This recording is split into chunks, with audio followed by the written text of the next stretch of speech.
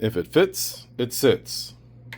Stick for scale. One of the benefits of having a $5,000 CPU, the Threadripper 9980X, is the added, well, you have 64 cores, 128 threads, but the added PCIe lanes. That's also why the lower, like 24 core Threadripper is very beneficial, because maybe you don't need all the cores, but you need more PCIe lanes. So we can fully populate this Asus Sage Wi-Fi motherboard, this is a TRX 50 motherboard, and not have to worry about running out of lanes, having reduced speed on a GPU or an NVMe drive. Let's see if a dual GPU but mixed GPU setup actually improves performance for something like DaVinci Resolve. So we've got a 350 watt TDP Threadripper 9980X, 64 cores, 128 threads, an NVIDIA GeForce RTX 5090, and then a 5080. Don't try this at home, kids, unless you have a beefy power supply to actually supply all of that power. This is the 1600 watt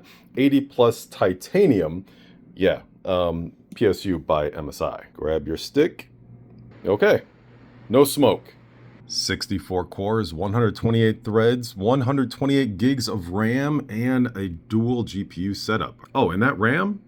6400 megatransfers, stock. In DaVinci Resolve, we see both GPUs. Puget Systems benchmark for DaVinci Resolve is what we are going to run. So this is going to run through a bunch of different scenarios like 4K, ProRes, 422, 10-bit. So far, my UPS hasn't gone off in terms of all the alarms. And we have our score, 15,027.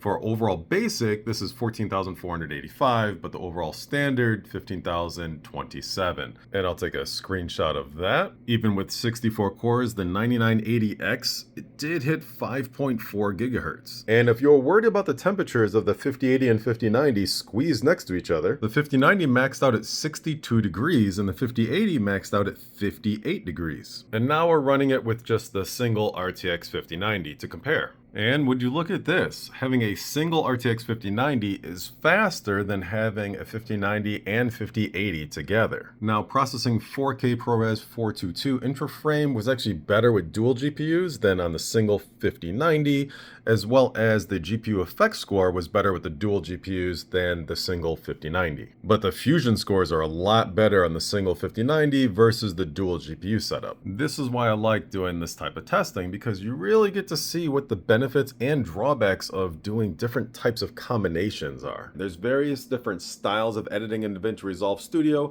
as well as just different file formats for the videos that you may be editing as well. So depending on that, it could make sense to have a dual GPU setup or just a single GPU setup. Single is probably the best way for most people though.